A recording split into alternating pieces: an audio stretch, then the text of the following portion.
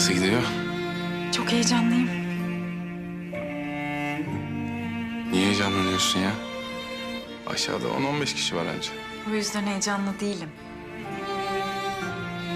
Seninle evleneceğim için heyecanlıyım.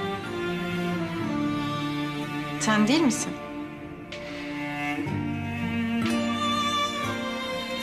O kadar operasyona çıktım. Kalbimi hiç böyle atmamıştı. Her seferinde bu kadar güzel olmayı nasıl başarıyorsun? Konuşma böyle bak, ağlayacağım, makyajım akacak, rezil olacağım Yavuz.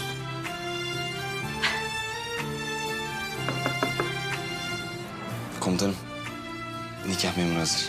Tamam, geliyoruz. Nasıl olmuşum? Müthişsiniz komutanım, ikiniz de müthiş. Kaçtım.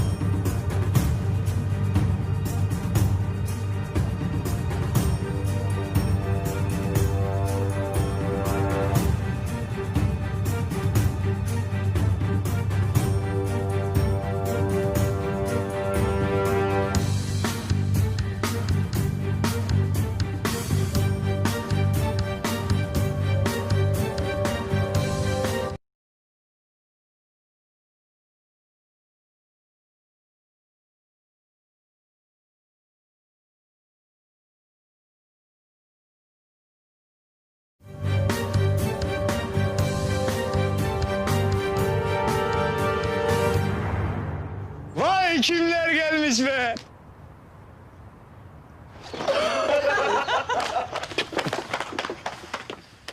Hoş geldiniz.